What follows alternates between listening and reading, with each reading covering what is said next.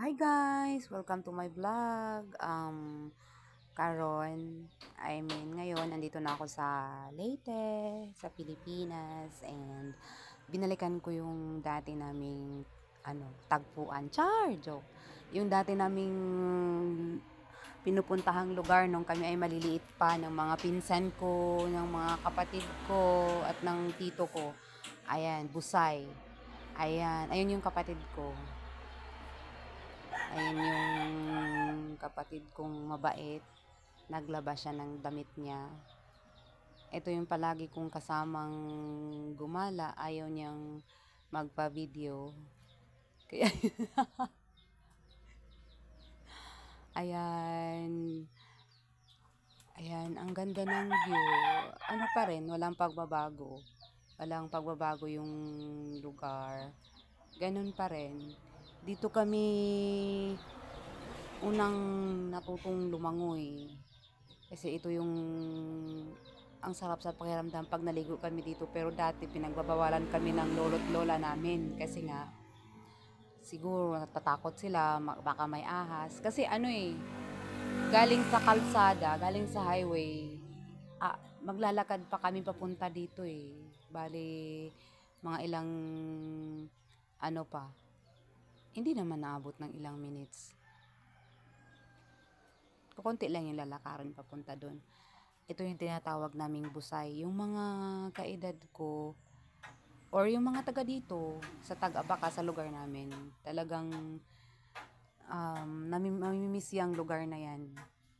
Dati dinadayo yan eh. Nililinis niya yan dati. May cottage yan dati. May nag-aalaga. Pero ngayon, yung lupa na, nabili kasi yung lupa ng taga dito, yung parang pinagbawalan ng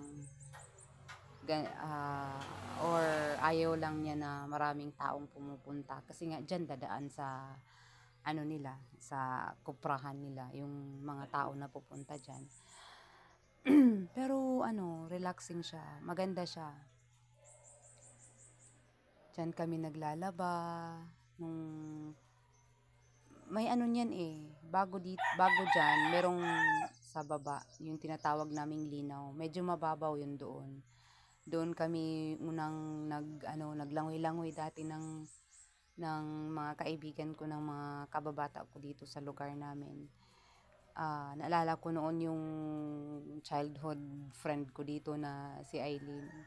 Talagang tinuruan ko siyang lumangoy pero hindi talaga niya alam paano lumangoy. Ewan ko hanggang ngayon, tumanda na lang kami, hindi pa rin talaga siya marunong lumangoy.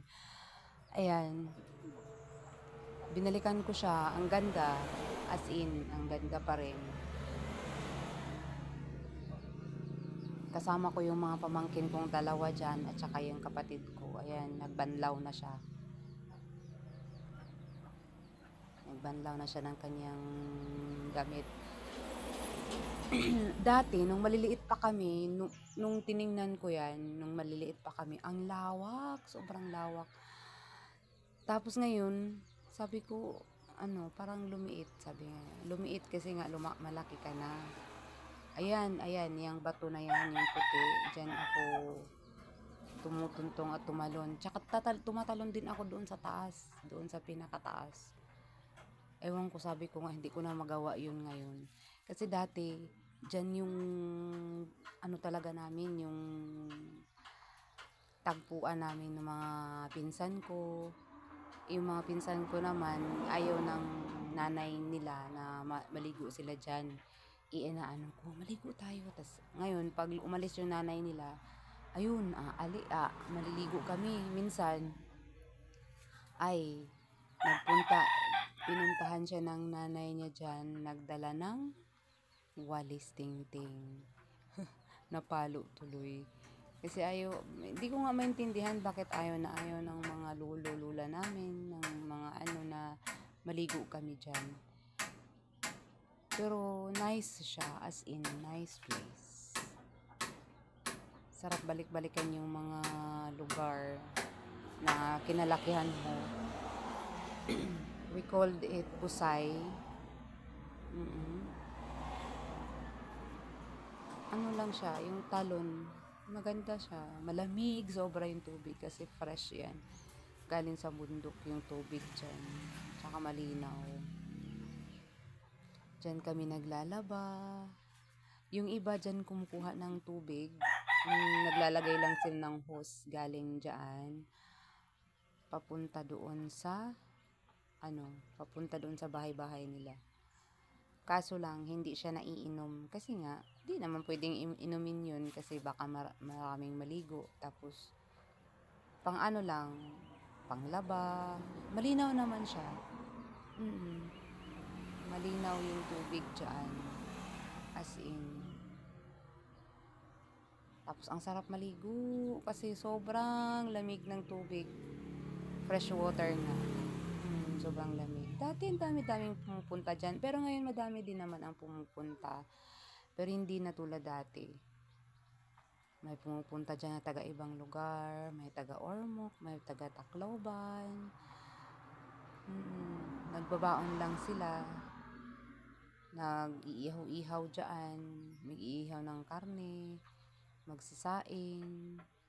Kami din minsan pag magkakausap-usap kami. Kasi meron kasing mga ganyan dito, kaso lang may bayad. May entrance. Yung tinatawag namin ditong Castañas Spring, 30 pesos na yung entrance. Maganda doon kasi may mga cottage at saka may mga view. Maganda din yung doon. Pero dito, libre na eh. Okay din naman yung view. Malamig din. Free. Walang bayad. Ayan, nag-i-enjoy ako sa pagliligo. Yung pamangkin ko yung nag-video. Kaso lang kailangan pag pumunta ka dyan, may dala ka talagang lighter. Kasi kailangan mong magsiga ng apoy. Kasi ang daming lamok. Madaming lamok. Masarap nga magbabad, lalo na kapag tulad ngayon, yung panahon napakainit. Ang sarap magbabad dyan. Kasi sobrang lamig ng tubig. Tsaka sobrang linaw ng tubig. Siya, malinis talaga siya. Dati, ang dami kong memories dito. Naalala ko yung nag-aaral pa ako ng high school. Ayan, binibida ko yan. May paliguan doon sa amin. Sabi ko, kaya pumunta sila dito. Pagpunta nila dito, naku, ang ingay ng sasakyan, saglit. Pagpunta nila dito, naligo kami. Akala ni Christian Maharas yun. Akala niya, hindi masyadong malalim. Tumalon siya. Ngayon, ayan. Pero buti na lang nasagip talaga siya. Pero nag-enjoy naman kami nung na yun. Ayan guys, bye. Thanks for watching.